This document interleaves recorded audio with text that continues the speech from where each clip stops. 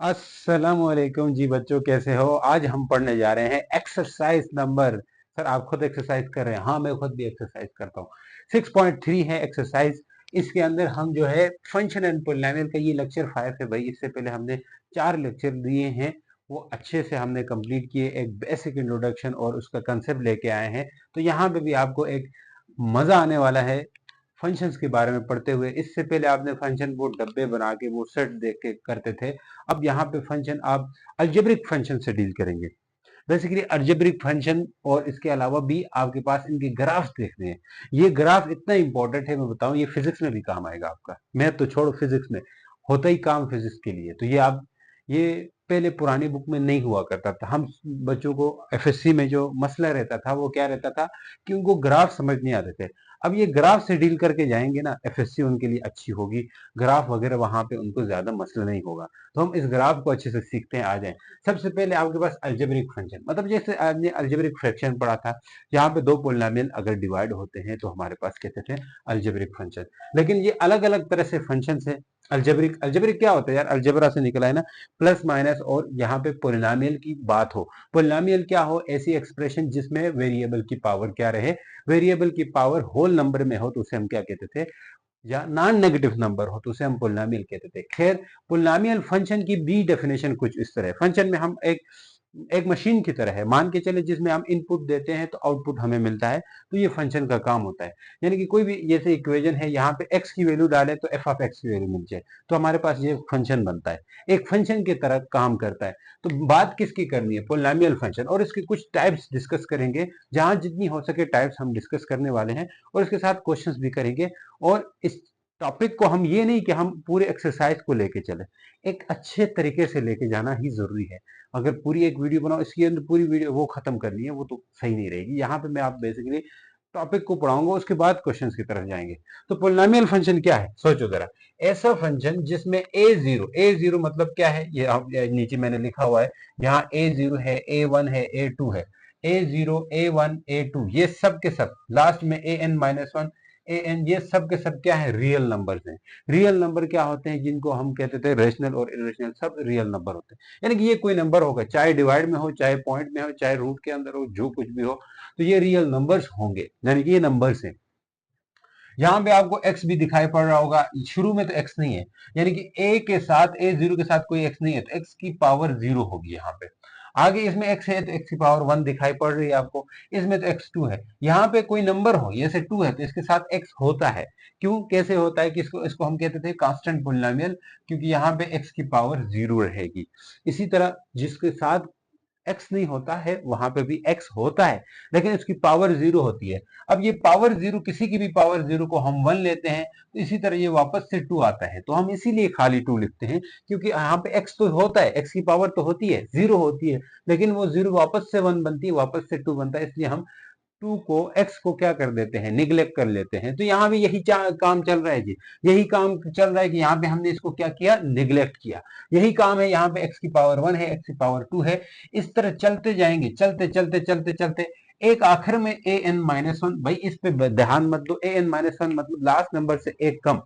Last number मान ले an है, एन नंबर ऑफ, मान ले इस तरह टर्म्स जुड़ी हुई है। ये टर्म होती है ना, ये एक टर्म, ये दो टर्म, ये तीन टर्म, दो साइन के बीच में जो आपके पास वैल्यू होती है वो आपके पास टर्म कहलाती है। तो ये कितनी टर्म है? एन नंबर ऑफ टर्म्स है, तो इसका मतलब नंबर भी क्या होगा? एन नंबर ऑफ नंबर्स होंगे। रियल नंबर भी एन। भाई ये एक जनरल बात की गई है, ये यहाँ पे कोई स्पेसिफिक बात नहीं है। अगर स्पेसिफिक बात है तो इसकी फर्दर टाइप्स में जाके हम डिस्कस कर लेंगे, वो आप उस पर मत जाए। तो यहाँ पे एन नंबर ऑफ नंबर्स हैं, तो इसलिए ए एन होगा। वो जो एन नंबर ऑफ नंबर है, उससे एक पिछला नंबर होगा, वो क्या होगा? an-1 रहेगा। और इसी तरह एन नंबर ऑफ पावर्स भी होंगी। एक्स की पावर 1 हो रही है, 2 हो रही है, 3 हो रही है, इस तरह चलते चलते चलते एन नंबर ऑफ, यानी एक्स की पावर एन भी होगी, क्योंकि एन नंबर ऑफ टर्म्स जुड़ी हुई है, n number of terms plus हो रही है। इसी तरह इससे एक पीछे जो है वो क्या होगा? an-1 मतलब एक कम है, जो एन नंबर ऑफ नंबर है उससे एक कम पीछे जाए तो वो क्या होगा? n-1 होगा। हाँ सर। तो डिग्री ऑफ वेरिएबल, ये एक्स को क्या बोला जाता है? एक्स को वेरिएबल बोला जाता है। जो आपको पता है, कोई भी आप जैसे एक्स और वाई रहे, तो ये आपके पास वेरिएबल्स होते हैं। तो variable should be non negative integers, non negative integers होने चाहिए। भाई नॉन नेगेटिव इंटीजर कौन से होते हैं? होल नंबर को कहा जाता है। 0, 1, 2, 3 4 इसी तरह 5, वही माइनस वाले भी तो होते हैं लेकिन हम उनको नहीं ले रहे, तो ये नॉन नेगेटिव इंटीजर लेंगे, एक्स की पावर माइनस में नहीं होना चाहिए, क्योंकि माइनस हो जाएगी तो ये पोलिनोमियल पोलिनोमियल नहीं रहेगा, ये आपके पास पोलिनोमियल से हट जाएगा, तो ये पोलिनोमियल नहीं होगा तो ये पोलिनोमियल फंक्शन भी नहीं होगा। इसलिए हम यहाँ पे ये पाबंदी लगाते हैं कि पावर नॉन नेगेटिव होनी चाहिए, यानी कि इंटीजर्स में से जो पॉजिटिव वाले हैं, या और सिंपल करके बोले तो होल नंबर्स होने चाहिए, होल नंबर्स होने चाहिए, पावर होल नंबर में होनी चाहिए, ये और सिंपल होगी। ठीक है जी। अब एक एग्जांपल लेते हैं, ये एक पोलिनोमियल फंक्शन है, तो जैसे यहाँ पे देखो, अब ये यहाँ पे कोई कांस्टेंट भी आएगा और उसके बाद पावर्स कम होती जाएगी, या यहाँ पे 1 भी ऐड कर सकते हैं, पोलिनोमियल है अब भी, क्योंकि यहाँ पे x ये से ये 1 है इस तरह, तो यहाँ पे हो क्या रहा है, हो क्या रहा है, ये x की पावर देखो, कोई पोलिनोमियल फंक्शन है या नहीं है, ये चेक करने के लिए आपको क्या करना पड़ेगा, पावर देखनी पड़ेगी, पावर क्या होनी चाहिए जी, होल नंबर में, तो पावर होल नंबर में है, हाँ बिल्कुल है, और इसके साथ देखें ये नंबर, ये 2 है, ये -1 है, यहाँ पे 1 है, तो क्या ये नंबर रियल नंबर है, हाँ सर 2 तो रियल नंबर है, -1 रियल है क्या, हाँ रियल है। बेशक जो इंटीजर होते हैं, चाहे डिवाइड में, चाहे पॉइंट में, चाहे माइनस में, चाहे प्लस में, सब के सब रियल नंबर होते हैं, रियल नंबर आपको पता है, जो अयोटा के अलावा जितने भी नंबर आते हैं वो सब रियल नंबर होते हैं, तो ये आपके पास रियल नंबर भी है, तो मतलब ये एक पोलिनोमियल फंक्शन हो गया फिर, तो ये पूछ भी लेते हैं, आपको एमसीक्यूज भी दे सकते हैं कि भाई पोलिनोमियल फंक्शन किस किस तरह के होंगे, ये बात आपसे पूछी भी जा सकती है एग्जाम के अंदर।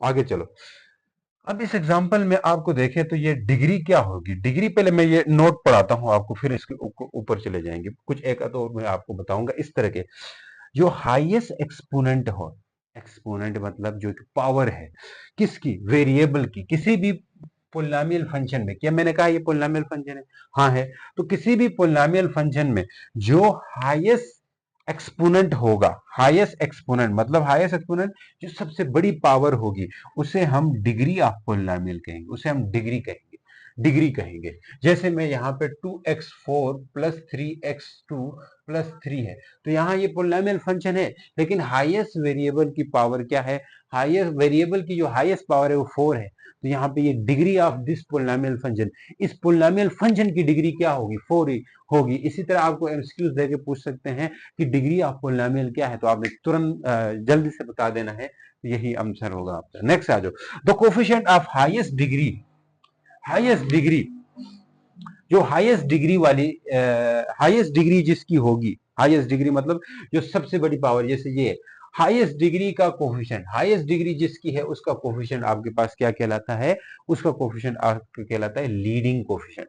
जैसे ये हाईएस्ट डिग्री, डिग्री का, डिग्री के साथ जो कोफिशिएंट क्या होता है, किसी भी वेरिएबल के साथ जो नंबर होता है, वैसे कोफिशिएंट यहाँ 3 भी है, ये 3 भी है, तो मतलब ये इसको मान ले 2 कर लेते हैं, चलो चलो ये 2 है, तो मतलब ये 2 भी आपके पास कोफिशिएंट है और ये 3 भी कोफिशिएंट है, तो 3 को हम लीडिंग कोफिशिएंट कहेंगे। लीडिंग कोफिशिएंट क्यों कहेंगे, इसलिए कहेंगे क्योंकि इसके साथ जो वेरिएबल है उसकी पावर सबसे ज्यादा है, जिस वेरिएबल की पावर सबसे ज्यादा हो उसी के साथ जो नंबर होता है उसी को लीडिंग कोफिशिएंट कहते हैं। जाओ जी, क्या याद रखोगे, आ जाओ यहाँ पे। अब इस एग्जाम्पल के अंदर देखो, सबसे बड़ी डिग्री क्या है जी, 3 है, क्योंकि पावर 3 है। लीडिंग कोफिशिएंट क्या है, 2 है, क्योंकि इस बड़ी डिग्री के साथ जो नंबर है वो हमारे पास 2 है। तो ऐसे एग्जाम्पल क्वेश्चन एमसीक्यूज पूछे तो आपने जल्दी से फट से जवाब दे देना है। नेक्स्ट आते हैं टाइप्स। अब पोलिनोमियल फंक्शन की ही हम फर्दर टाइप्स में चले जाते हैं कि क्या है कि zero polynomial, zero polynomial function क्या होता है। अब जीरो पोलिनोमियल नाम से ही जाहिर है कि ऐसा पोलिनोमियल जहां पे ना ही कोई कांस्टेंट हो। अब देखो पोलिनोमियल फंक्शन में क्या होता है, कांस्टेंट नंबर भी हो सकता है, हाँ हो सकता है, क्योंकि एक कांस्टेंट था और इसके साथ x भी हो सकता है, x की पावर 1 भी हो सकती है, x की पावर 2 भी हो सकती है, x की पावर 3 भी हो सकती है, इस तरह x की पावर n तक जा सकता है। तो पोलिनोमियल फंक्शन की पावर बढ़ती जाती है, कहां से बढ़ती है, सबसे पहले कांस्टेंट से बढ़ती है, कांस्टेंट से ऊपर जाता है, लेकिन कांस्टेंट से भी पीछे जाए तो वो जीरो पोलिनोमियल होगा। यहाँ पे पोलिनोमियल फंक्शन, अब देखो ये पोलिनोमियल फंक्शन की टाइप है, वे नो डिग्री, कोई भी डिग्री ना हो, जैसे y इक्वल टू 0 या f of x equal to 0, f of x equal to 0। अब यहां से मैं पूछूं यहाँ पे x की पावर क्या है, हाईएस्ट डिग्री क्या है, 0 है, क्योंकि खुद कोफिशिएंट भी 0 है, तो इसलिए हम कह सकते हैं यहाँ पे f ऑफ x को y के इक्वल लेते थे, ये पिछली वाली एक्सरसाइज में हमने कहा था कि f ऑफ x को हम y के इक्वल लेट कर सकते हैं, तो y की वैल्यू 0 है। तो आपने फंक्शन में कार्टेशियन प्लेन में आपने पढ़ा है कि यहाँ पे इस जगह पे x भी 0 होता है, y भी 0 होता है, और ये चीज आप ध्यान से याद रखना, आगे के लिए भी काम आएगी कि अगर मैं कोई नंबर ले लूं, नंबर ऐसा ले लो, यहाँ पे x को 0 कर दूं, y को 2 रखूं, इसका मतलब है ये पॉइंट कहाँ पे लाई करेगा, ये पहले चैप्टर में पढ़ा होगा, ये पॉइंट लाई करेगा आपके पास। फिर ये बात याद रखो यार, यहाँ इस क्वाड्रेंट में x की वैल्यू पॉजिटिव, y की वैल्यू भी पॉजिटिव। हाँ सर, इधर x की वैल्यू नेगेटिव और y की वैल्यू पॉजिटिव, इतनी बात याद है। इधर x की वैल्यू नेगेटिव और y की वैल्यू पॉजिटिव होती है। इस जगह पे x की वैल्यू, ना जी y भी नेगेटिव होता है, श्योर। y की x की वैल्यू पॉजिटिव, y की वैल्यू नेगेटिव, इतनी बातें तो याद है। अगर मैं लिखता हूँ 0 2, 0 2 का मतलब है x की वैल्यू 0 है, y की वैल्यू 2 है, तो यहाँ से एक 2 ऊपर जाना पड़ेगा, इस जगह पे होगा। तो मतलब जब इस लाइन पे आएगा कोई भी पॉइंट, इस लाइन पे आएगा, उस वक्त x 0 होगा और y की कोई ना कोई वैल्यू होगी। अगर इधर से ऊपर होगा तो y पॉजिटिव होगा, इधर से नीचे होगा तो y नेगेटिव होगा। जैसे यहाँ पे ले लेते हैं 0 - 2, तो ये पॉइंट माइनस में है, तो इधर से नीचे, ऊपर y पॉजिटिव होता है, नीचे y नेगेटिव होता है, तो यहाँ पे लाई करेगा। ये बातें समझ है कि नहीं? हाँ सर है, ये पहले भी पढ़े होंगे कहीं ना कहीं। अब y0 x0 कहाँ पे होता है? इस ओरिजिन में होता है, तो मतलब ये जो लाइन जाएगी इस ओरिजिन में से, यानी x एक्सिस के ऊपर से जाएगी, गुजरेगी, तो ऐसी लाइन होगी जो x एक्सिस के ऊपर होगी। यानी कि जो जीरो पॉलिनोमियल फंक्शन की जो फंक्शन का जो ग्राफ होता है वो होता है अलोंग x एक्सिस होता है, अलोंग x एक्सिस के ऊपर होता है। ऑन x एक्सिस लिखेंगे, on x axis, along x axis तो नहीं हो सकता, मतलब अलोंग x मतलब उसके साथ, या ऊपर बोलेंगे, इसके ऊपर ही होगी। जैसे x एक्सिस जा रही है, इसी के ऊपर आपके इसकी लाइन होगी, ग्राफ होगी। अब आगे चलते हैं। कांस्टेंट फंक्शन क्या होगा? ऐसा पोलिनोमियल जिसमें डिग्री 0 हो, फंक्शन की डिग्री 0 हो। डिग्री 0 कब हो सकती है? जैसे 2 नंबर है तो इसके पास वेरिएबल की वैल्यू 0 होती है, डिग्री 0 है। तो मतलब अब जैसे यहाँ पे y2 लिख रहा हूँ, तो इसका मान ले मैंने दो दो डंडे लगाने होंगे इस तरह, जैसे ये एक है, दो है, तो y2 है, तो मतलब ये पहला वाला ये है, दूसरा वाला ये है, तो मेरा जो ग्राफ होगा y = 2 है ना, y = 2 है। वैसे y = 2 कैसे है? वैसे f(x)=2 होता है, f(x)=2 होता है, ये तो शामिल ही नहीं करेंगे क्योंकि 1 होता है। f(x)=2 आएगा, क्यों? x की पावर 0 हो तो वो तो 1 होती है, तो इसको y भी लिख सकते हैं क्योंकि f(x) को y तो कहते हैं। y2 है तो इसका मतलब यहाँ पे पॉइंट आ रहा है, तो इसका मतलब है ये लाइन यूं जाएगी। अगर ऐसा होता y = -4 होता, या -3 होता, चलो, या -2 होता, 2x0 होता, तो अब ये क्या मतलब था? मतलब यहाँ 1 है, ये -2 है, तो ये ऐसी लाइन चली जाती, नीचे चली जाती। तो मतलब ये है कि पैरेलल टू क्या है? एक्स एक्सिस होगी। जैसे y = 1 है तो इधर चली जाएगी, y = 1 और -1 हो तो इधर चली जाती। तो ऐसा फंक्शन जिसको हम पोलिनोमियल फंक्शन ही है, जिसको हम y = f(x)=a, ये इसकी रिप्रेजेंट करने का तरीका है। तो उम्मीद करता हूँ ये चीज समझ आई। जो आपके पास कांस्टेंट फंक्शन का जो ग्राफ होता है वो हमेशा पैरेलल टू एक्स एक्सिस होता है। एक स्ट्रेट लाइन होती है जो पैरेलल टू क्या होती है, ये याद रखें। जो कांस्टेंट फंक्शन का जो ग्राफ होता है वो एक स्ट्रेट लाइन बनती है, स्ट्रेट लाइन बनती है जो कि पैरेलल होती है किसके? Parallel to x axis. यानी हम कह सकते हैं एक्स एक्सिस के पैरेलल होगी, होगा वो ग्राफ जो कांस्टेंट फंक्शन का ग्राफ है, उसकी बात हो रही है। तो चले जी बच्चों, अब क्वेश्चन की तरफ जाते हैं। लीनियर फंक्शन क्या होता है ये समझिए। लीनियर फंक्शन नाम से जाहिर है कि जिससे एक लीनियर इक्वेशन का जो ग्राफ होता है वो लीनियर फंक्शन होता है। जैसे यहाँ पे y = f(x)=ax+b, ये कोई भी लीनियर इक्वेशन होती है ना जिसको हम इस तरह लिखते हैं, बिल्कुल। यहाँ पे हम ये कंडीशन लगाते हैं कि a और b जो है ना रियल नंबर होंगे और a को 0 नहीं होना होगा। सोचो जरा, अगर a 0 होता है तो इसका मतलब है कि b रह जाएगा, तो वो एक कांस्टेंट फंक्शन की तरफ जा सकता है। अगर a 0 हो जाए, ax+b है, a को 0 मतलब ये सब 0 आ जाए, f(x)=b, b तो एक नंबर है, तो ये कांस्टेंट फंक्शन बन सकता है। इसलिए हम क्या कहते हैं यहाँ पे, a को 0 नहीं होना चाहिए। तो जैसे कि मान ले यहाँ पे दो एग्जांपल्स हैं, b 0 हो तो चल जाएगा। जैसे इस इक्वेशन के अंदर आपके पास 2x, यहाँ पे a क्या है? 2 है, b क्या है? 3 है, तो ये एक लीनियर इक्वेशन है। मैंने कहा था b can be 0, b can be 0। जैसे यहाँ पे मैं b 0 है यानी कि 2x + 0 है, तो मतलब ये भी आपके पास एक लीनियर इक्वेशन या कहते हैं लीनियर फंक्शन ही है। लेकिन b 0 हो तो चल जाएगा, a 0 नहीं होना चाहिए। अब जो ग्राफ होता है इस लीनियर इक्वेशन या लीनियर फंक्शन का, वो एक स्ट्रेट लाइन होती है। ये आप पूछ सकते हैं कि क्या होगी इसकी ग्राफ, तो आप बोलोगे स्ट्रेट लाइन होगी। नेक्स्ट बात ये कर लेते हैं कि इसके कुछ स्टेप्स हैं ग्राफ ड्रा करने के, कि आप एक्स इंटरसेप्ट निकालो, y इंटरसेप्ट निकालो और उसके बाद ग्राफ ड्रा करो। तो ये इसका ग्राफ होता है। जैसे अब एक्सरसाइज का क्वेश्चन की तरफ जाता हूं मैं, यहाँ पे आपको बता दूंगा कि इस तरह का ही क्वेश्चन आपका एक्सरसाइज का क्वेश्चन 2 है 6.3 का। इसमें पहला पार्ट जो है क्वेश्चन 2 का पहला पार्ट, उसमें बोला है कि आप स्केच करो। ये दूसरा वाला आइडेंटिटी फंक्शन है, मैं बताता हूँ। अब कंफ्यूज मत हो कि जब आपके पास ये 0 हो जाता है तो ये ओरिजिन से पास कर जाता है। बी जो है ना, बी 0 हो जाए, जैसे मैंने कहा था बी 0 हो जाए तो सिर्फ क्या बचेगा, ए एक्स बचेगा, तो फिर ये ओरिजिन से पास कर जाता है। खैर चलो आ जाओ। यहाँ पे अगर मैं इसको इस वाले जो फंक्शन है, यहाँ पे एफ ऑफ एक्स जो है ना वाई के इक्वल ले रखा है, तो हमें मसला ही नहीं है। तो इस इक्वेशन के अंदर अगर मैं एक्स इंटरसेप्ट पहले निकालूं, एक्स इंटरसेप्ट के लिए आपके पास एक वाई इंटरसेप्ट निकालना है, एक एक्स इंटरसेप्ट निकालना है। यानी कि एक दफा एक्स को 0 पुट करो, एक दफा वाई को 0 पुट करें। एक्स इंटरसेप्ट मतलब वो पॉइंट यहाँ पे एक्स एक्सिस को टच करे। एक्स इंटरसेप्ट निकालना है तो आपने वाई को 0 पुट करना होगा उल्टा। तो एक्स इंटरसेप्ट कैसे निकलेगा, एक्स इंटरसेप्ट तो y इक्वल टू 0 कर दें तो यहाँ पे होगा 0 इक्वल टू 3x प्लस 2 हो जाएगा। इसको इधर भेज दें तो ये -2 इक्वल टू 3x हो जाएगा। तो -2/3 इक्वल टू x हो जाएगा। अब ये -2/3 क्या आ गया, अब अगर इसको डिवाइड कर देते हो, यानी कि इस वैल्यू को डिवाइड करते हो, तो ये आता है हमारे पास -0 पॉइंट तकरीबन तकरीबन 3 6 18 6 20 2 बचता है 0.66 आ गया। और y क्या है, पॉइंट क्या आ गया, सोचो जरा, पॉइंट हमारा आ गया, वो पॉइंट है x, तो क्या आ गया, x तो आ गया -0.6 और y क्या आ गया 0, x इंटरसेप्ट ये आ गया। ठीक है, अब y इंटरसेप्ट निकाल लीजिए। क्या निकालें जी, y इंटरसेप्ट। देखो अब यहाँ पे पॉइंट में आया है, लेकिन ऐसा नहीं है कि हर जगह पे पॉइंट पे आ जाए, किसी जगह पे विदाउट पॉइंट नंबर भी आ सकता है, यही बात हो रही है। तो y इंटरसेप्ट निकालने के लिए x को 0 पुट करेंगे, x 0 पुट किया तो y equal to 3 into 0 plus 2, तो y आ गया सीधा सीधा 2। तो पॉइंट क्या आ गया, पॉइंट x इंटरसेप्ट क्या आ गया, पॉइंट नहीं वैसे कि x इंटरसेप्ट है, देखो 0 2 आ गया।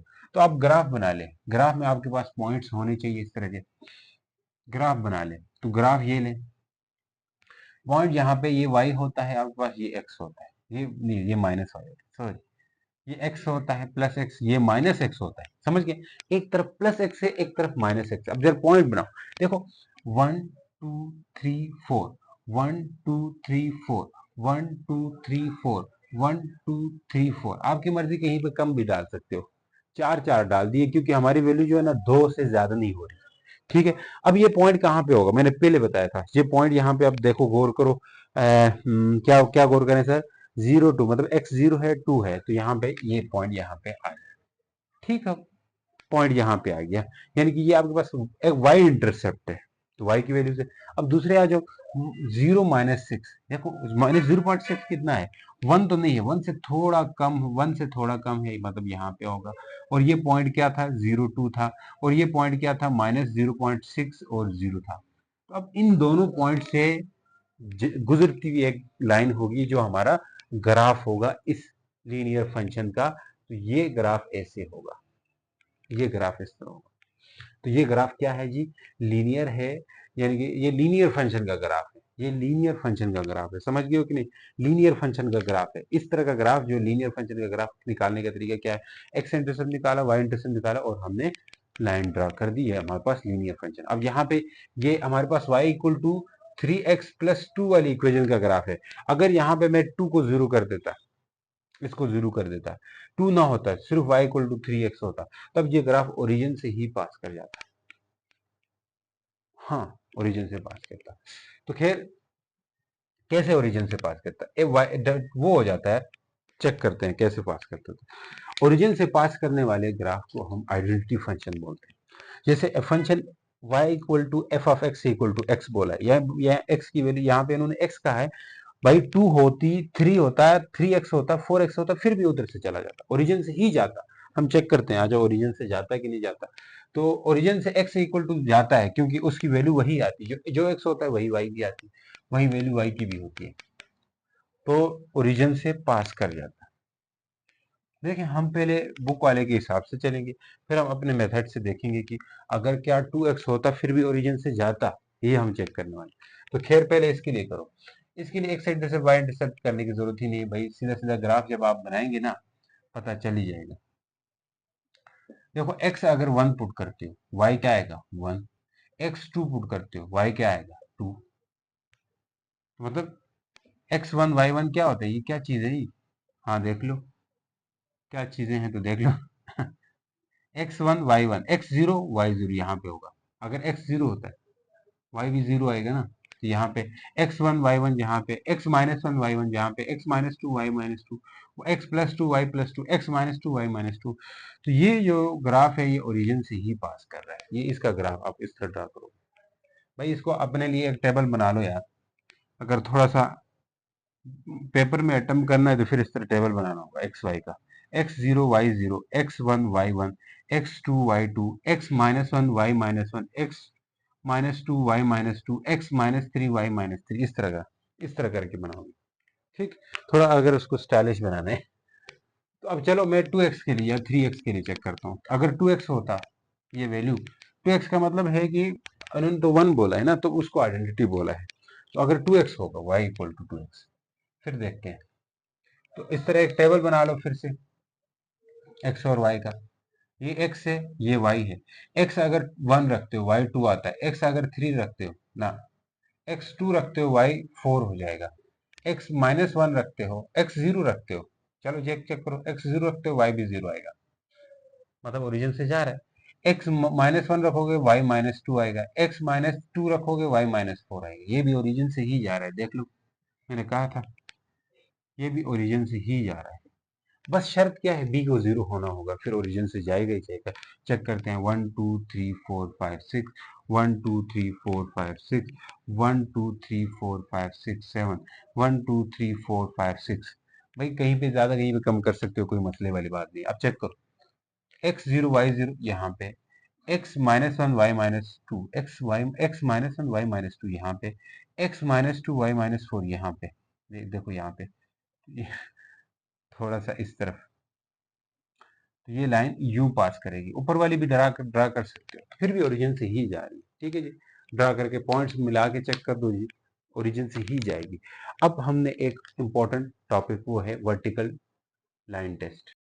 तो चलिए बच्चों अब जाते हैं जी, इंपॉर्टेंट बड़ा मजेदार ही टॉपिक है ये वर्टिकल लाइन टेस्ट। वैसे फंक्शन का ग्राफ तो होता है, अब ये डिफरेंट तरह के फंक्शन के ग्राफ दिए हुए हैं, कुछ फंक्शन के ग्राफ है या नहीं है तो वो हमें पता चल जाएंगे। जहां पे ग्राफ तो ये इसकी इक्वेशन भी होगी, सबकी इक्वेशन होगी, लेकिन हर इक्वेशन फंक्शन नहीं होती।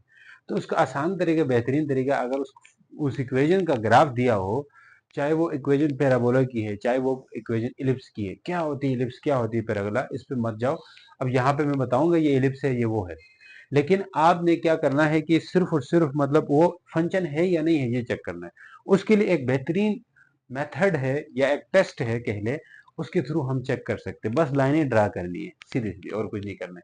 तो वो उससे हमें पता चल जाता है कि कोई भी ग्राफ फंक्शन है या नहीं है, फंक्शन का ग्राफ है या नहीं है पता चलता है। तो कहता है ए वर्टिकल लाइन टेस्ट, ए वर्टिकल लाइन इंटरसेक्ट, कोई भी वर्टिकल लाइन अगर हम ड्रा करें, यहाँ पे इस तरह मैं ड्रा करता जाऊं, वो इंटरसेक्ट करेगी ग्राफ को। मैं अगर यहाँ से एक लाइन ड्रा करता हूँ तो ये लाइन ग्राफ को, ये ग्राफ है रेड लाइन वाला ग्राफ है, इसको इंटरसेक्ट कर रही कि नहीं कर रही, हाँ कर रही। बोल रहे graph of a function only at one point, भाई एक पॉइंट पे एक दफा मैं लाइन ड्रा की, यहाँ एक दफा ये लाइन जो है वो एक दफा टच कर रही है, फिर ये लाइन फिर एक दफा टच कर रही है, ये लाइन फिर एक दफा टच कर रही है, ये लाइन भी एक दफा टच कर रही है, ये लाइन भी एक दफा टच कर रही है। ठीक है, only one point if it intersect the graph at more than one point, अगर वो दो पॉइंट या एक पॉइंट से ज्यादा इंटरसेक्ट करे, अगर ये वर्टिकल लाइन मैंने ड्रा की, यहाँ दो पॉइंट पे टच कर रही, यहाँ पे कर रही, यहाँ पे कर रही, फिर ये यहाँ पे भी कर रही, यहाँ पे भी कर रही, और यहाँ पे कर रही, और यहाँ पे कर रही, अगर एक से ज्यादा जगहों पे टच करे उस ग्राफ में, तो वो क्या होगा, then the graph will not be the graph of function, वो जो ग्राफ है वो फंक्शन का ग्राफ नहीं होगा। ध्यान से सुनना, वो फंक्शन का ग्राफ नहीं होगा जो जहां पे वो दो से यानी एक से ज्यादा पॉइंट पे टच करे, दो से ज्यादा नहीं, एक पॉइंट से ज्यादा। तो मस्ट है कि एक पॉइंट पे टच कर लेना चाहिए। अगर एक पॉइंट से ज्यादा जगहों पे टच हो रहा है इसका मतलब है वो फंक्शन जो है ना, वो जो ग्राफ है वो किसी फंक्शन का ग्राफ नहीं है, यही मतलब है, किसी फंक्शन का ग्राफ नहीं होगा, बल्कि वो कुछ और हो सकता है। जैसे आपके पास ये एक अपवर्ड ग्राफ था, तो हमने यहाँ पे ड्रा किए वर्टिकल लाइन, तो ये कितनी जगहों पे टच कर रहा है, ये एक एक जगह एट टाइम एक वर्टिकल लाइन एक ही जगह पे टच कर रही, तो हम कह सकते हैं कि यहाँ पे ये फंक्शन जो है वो ग्राफ है, ये किसी फंक्शन का ग्राफ है। It is graph of any function, ठीक है जी, ये फंक्शन का ग्राफ है, ये फंक्शन है, it is function, it is graph of function, graph है किसी किसका, ग्राफ ऑफ फंक्शन है, फंक्शन का ग्राफ है। अब हमें कौन सा फंक्शन है ये आगे पढ़ेंगे, अभी तो हमने कुछ ही टाइप्स पढ़ी है फंक्शन की, तो फंक्शन की टाइप्स पढ़ेंगे उसमें पता चल जाएगा। अब आ जाओ ये वाला देख लें, ये किसका किसका ग्राफ है, वैसे ये एलिप्स होता है, तो हमें नहीं पता कौन कोई भी हो भाई, दो पॉइंट पे टच कर रहा है तो हम बोल देंगे it is not a graph of function, it is not a graph of function, ये फंक्शन का ग्राफ नहीं है।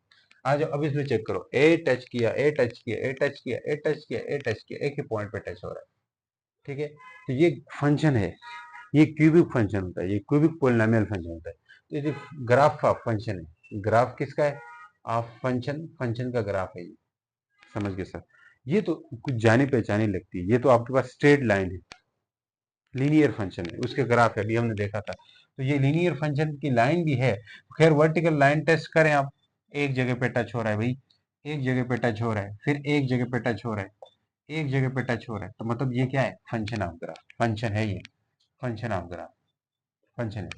आ जाओ इधर देखते हैं, ए देखो ये दो जगहों पे टच हो गया, ए देखो और चेक करो, और चेक करो, ये तो बड़ा मजेदार टेस्ट है, कुछ करने की जरूरत ही नहीं, बस लाइनें ड्रा करनी है, तो ये क्या है, not a function, not a function, not a function, not a graph of function, not a graph of function, function का ग्राफ नहीं है। ये चेक करो, ए एक पॉइंट पे टच, ए एक पॉइंट पे टच, एक पॉइंट पे टच, एक पॉइंट पे टच, और चेक करो, एक पॉइंट पे टच, और चेक करो, और पॉइंट, तो it is graph of function.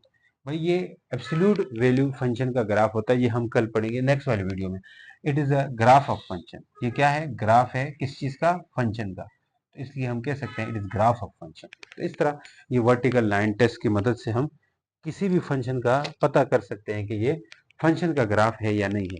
तो बड़ी ज़बरदस्त मतलब इजी चैप्टर है ये, आपको बड़े मतलब समझ आ गई होगी, और शुक्रिया उन बच्चों का जो आखिर तक यहाँ तक पेशेंस के साथ सुनते रहें, तो यही बड़ी बात होती है, जो आप ऑनलाइन पढ़ते हुए मतलब अब आपके अंदर खुद का कंट्रोल नहीं होता, मतलब आप मान ले ऑनलाइन पढ़ते हो तो आप भटक सकते हो, उधर उधर जा सकते हो, मतलब स्टडी करते वक्त आप मतलब एक जगह पे फोकस्ड होके नहीं करते हो।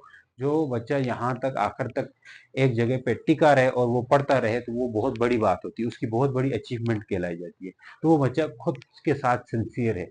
तो खुद के साथ सिंसियर होने की निशानी है, जो किसी भी वीडियो को, जो एजुकेशनल वीडियो है उसको आखिर तक देखता है, मतलब अपनी पढ़ाई को लेके सीरियस है, तो बच्चा खुद भी सिंसियर है, मतलब अपने वक्त का मतलब पाबंद है। तो अगर ऐसा नहीं करता है तो इसका मतलब ये है कि आप उधर उधर भटक के नहीं देखते हो, आखिर तक पेशेंस के साथ नहीं सुनते हो, तो ये आपके लिए, आपकी स्टडी के लिए, मतलब वो मोबाइल जहाँ पे आप यूज करके वालदेन से ये लेके मोबाइल अपने पास लिया हुआ है कि हम इससे स्टडी कर रहे हैं, तो उल्टा आप क्या कर रहे हो, ब्लंडर कर रहे हो अगर ऐसा नहीं करते हो। तो मिलते हैं नेक्स्ट वाली वीडियो के अंदर, तब तक के लिए गुड बाय, अल्लाह हाफिज।